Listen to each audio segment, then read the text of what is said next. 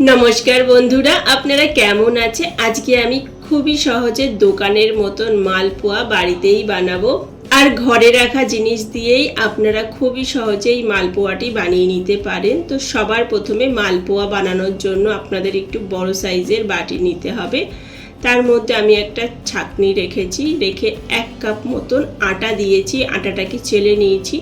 যেই কাপ দিয়ে মেপে আমি 1 কাপ আটা নিয়েছি, ঠিক ওই কাপ দিয়ে মেপেই এখানে আমি 2 কাপ ময়দা নিয়েছি। ময়দাটাকেও এখানে আমি চেলে নেব।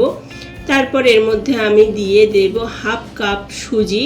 ওই কাপ দিয়ে মেপেই কিন্তু আমি সুজি নিয়েছি। আপনারা যে কোনো একটা কাপ, গ্লাস বা একটা বাটি, মানে যে কোনো একটা কিছু ইউজ করবেন, সেটি দিয়েই মেপে কিন্তু সমস্ত কিছু নেবেন। আর দোকানে যেই মালপোয়াটা বানানো হয় সেটি তো সম্পূর্ণ ময়দায় বানানো হয়, কিন্তু আজকে আমি আটা ময়দা দুটো মিলিয়েই বানাবো। আর এখানে দেখুন কিছুটা চিনি না আমি মিক্সিতে দিয়ে একটু ঘুরিয়ে নিয়েছি মিক্সিটা, তো চিনিটা এরকম পাউডার হয়ে গেছে। তো এই পাউডার চিনিটা আমি 1 কাপ নিচ্ছি। আর দেখুন ওই কাপটি দিয়েই কিন্তু আমি মেপে নিচ্ছি। তো পাউডার চিনিটা ঢেলে দেওয়ার পর খুব ভালোভাবে আবার মিক্সড করে নেব। এখানে আপনি নর্মাল চিনিও দিতে পারেন, মানে চিনিটাকে পাউডার না বানিয়েও এমনি দিতে পারেন, কিন্তু মালপোয়া খাওয়ার সময় না চিনির দানাগুলো মুখে পড়ে, তো ভালো লাগে না। তো এরকম পাউডার বানিয়ে দিলে চিনির, তো সেটা মুখে পড়ে না। আর এখানে আমি দুধ নিয়েছি। সবার প্রথমে 1 কাপ দুধ ঢেলে দিলাম, আর 1 কাপ দুধ আমি সাইডে রেখেছি। 1 কাপ দুধ ঢেলে দিয়ে সবার প্রথমে ভালোভাবে মিক্সড করে নেব। আর যেরম দুধ লাগবে সেরম অল্প অল্প করে কিন্তু আমি ঢালতে থাকবো। একবারে অনেকটা দুধ কিন্তু দেব না, দেখুন অল্প অল্প করে ঢালতে থাকবো আর মিশাতে থাকবো। আপনারা যদি চান দুধের বদলে জলও ইউজ করতে পারেন। তো এখানে 2 কাপ দুধ কিন্তু আমি ঢেলে দিয়েছি। তারপরে আরও 1 কাপ নিয়ে নিলাম। তো এটাকেও অল্প অল্প করে ঢেলে দিয়ে একটা স্মুথ ব্যাটার কিন্তু আমাদের তৈরি করে নিতে হবে। যেমন বেগুনি বা আলুর চপ বানানোর জন্য বেসনের একটা স্মুথ ব্যাটার তৈরি হয়, ঠিক ওরকমই কিন্তু, বেশি পাতলাও হবে না আবার বেশি মোটাও হবে না। ঠিক আলুর চপ বা বেগুনি বানানোর জন্য বেসনের যেই ব্যাটারটা তৈরি হয় ঠিক থিকনেসটা ওরকমই হবে। তো বেঁচে থাকা যে দুধটা ছিল সেটাও কিন্তু আমি দিয়ে দিলাম। টোটাল 3 কাপ দুধ আমি এখানে ইউজ করেছি। এটাকে ঢাকনা দিয়ে রেখে দেব 15 থেকে 20 মিনিটের জন্য। ততক্ষণ আমি মালপোয়ার যে চাশনিটা হয় সেটা আমি বানিয়ে নেব। তো এখানে আমি 1 কাপ চিনি নিয়েছি, চিনিটাকে আমি ঢেলে দিলাম। তারপরে কিন্তু গ্যাসটাকে আমি জ্বালাবো। তো যেই কাপ দিয়ে মেপে আমি 1 কাপ চিনি নিয়েছি, ঠিক ওই কাপ দিয়ে মেপে 1 কাপ আপনাদের জল নিয়ে নিতে হবে। মানে চিনি আর জল দুটো কিন্তু একই সমান থাকবে। যদি 2 কাপ চিনি নেন তাহলে 2 কাপ জল নেবেন। কিছুক্ষণ নেড়ে চেড়ে আমি চিনিটাকে ভালোভাবে গলিয়ে নিয়েছি। তারপর 3টে এলাচকে ফাটিয়ে দিয়ে দিয়েছি। অল্প একটু কেশর দিয়েছি। কেশর দিলে সুন্দর একটা গন্ধও আসবে মালপোয়া থেকে, আর কালারটাও খুব সুন্দর আসে চাশনির। দেখুন কালারটা কতটা সুন্দর এসছে।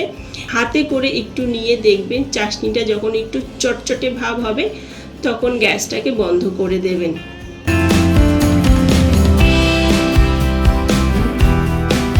তারপরে যে মালপোয়ার ব্যাটারটা আছে ওর মধ্যে আমি অল্প একটু নুন দিয়ে দিলাম, 1 চামচ মৌরি দিলাম। এখানে আমি কেটে রাখা নারকোল নিয়েছি। দেখুন নারকোলগুলোকে ছোট্ট ছোট্ট করে কেটে নিয়েছি। সব কিছু দিয়ে এখানে খুব ভালোভাবে আরেকবার মিক্সড করে নেব।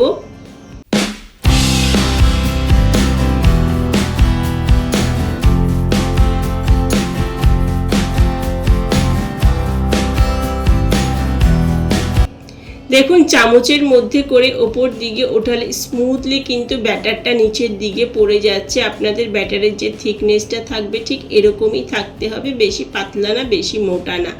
তো গ্যাসটা ধরিয়ে নেওয়ার পর একটা কড়াই রেখে দিলাম। কড়াইটা গরম করে নেওয়ার পর আমি এখন মালপোয়া ভাজবো, তার জন্য তেল দিয়ে দিলাম। দেখুন তেলটা খুব ভালোভাবে গরম হয়ে গেছে। এর মধ্যে অল্প একটু ব্যাটার দিয়ে দেখে নেব। দেখুন ব্যাটারটা নিজে থেকেই কিন্তু ওপর দিকে চলে আসছে, এর মানে খুব ভালোভাবে ব্যাটারটা আমাদের তৈরি হয়ে গেছে। তো এখন আমি এর মধ্যে মালপোয়াগুলোকে ভেজে নেব। ঠিক মাঝখানটা কিন্তু দিতে হবে। আর দেখুন এক ডাইরেকশনে দিতে হবে, এমন নাকি ছড়িয়ে ছিটিয়ে দিতে হবে। এক ডাইরেকশনে উপর থেকে ঢালতে থাকবেন চামচ দিয়ে। দেখবেন প্রথমে একটা খুব ভালোভাবে উঠে আসলে তারপর ওটাকে চামচ দিয়ে একটু সাইড করে নেবেন, তারপরে আরেকটা মালপোয়া করার জন্য কিন্তু দেবেন। একবারে 4-5টা দিয়ে দেবেন না, এতে করে মালপোয়া একের সাথে এক লেগে যাবে। একটা প্রথমে একটুখানি হয়ে যাওয়ার পর উপর দিকে উঠে আসলে চামচের সাহায্যে ওটিকে সাইড করে নেবেন, তারপরে দেবেন। দেখুন আমি ঠিক যেইভাবে দিচ্ছি ঠিক এইভাবেই দিতে হবে। দেখুন দুটো মালপোয়া এখানে রয়েছে, এই দুটো মালপোয়াকেই চামচের সাহায্যে সাইড করে নেব, মানে একটু উপর দিকে উঠিয়ে দেব, আর মাঝখানে কিন্তু আমি ব্যাটারটাকে ঢেলে দেবো।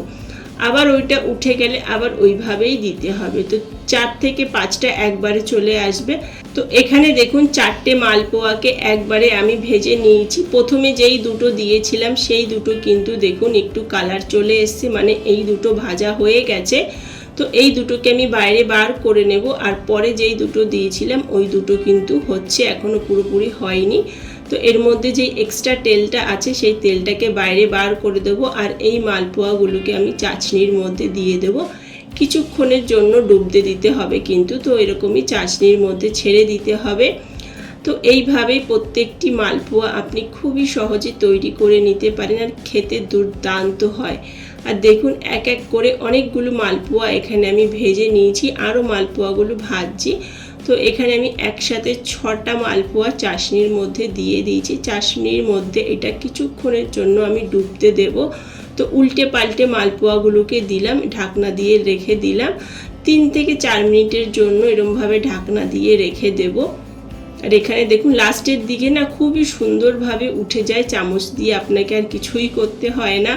দেখুন ফার্স্টে 1-2 উঠতে হবে, মনে হবে একটু অসুবিধা হচ্ছে, কিন্তু 2-3টে হয়ে যাওয়ার পর না তারপরে এমনি মালপোয়াগুলো হয়ে যায়, কোনো খাটনি লাগে না, খুবই সহজে হয়ে যায়।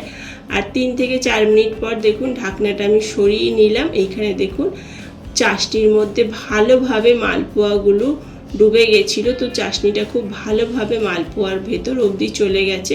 এগুলোকে আমি এখন প্লেটে বার করে নেব। আপনি চাইলে এইভাবে খুবই সহজে বাড়িতে বানাতে পারেন কম উপকরণ দিয়ে। আপনাদের যদি ভিডিওটি ভালো লেগে থাকে ভিডিওটিকে লাইক শেয়ার করে দেবেন, চ্যানেলটিকে সাবস্ক্রাইব করতে ভুলবেন না। Tata, bye bye.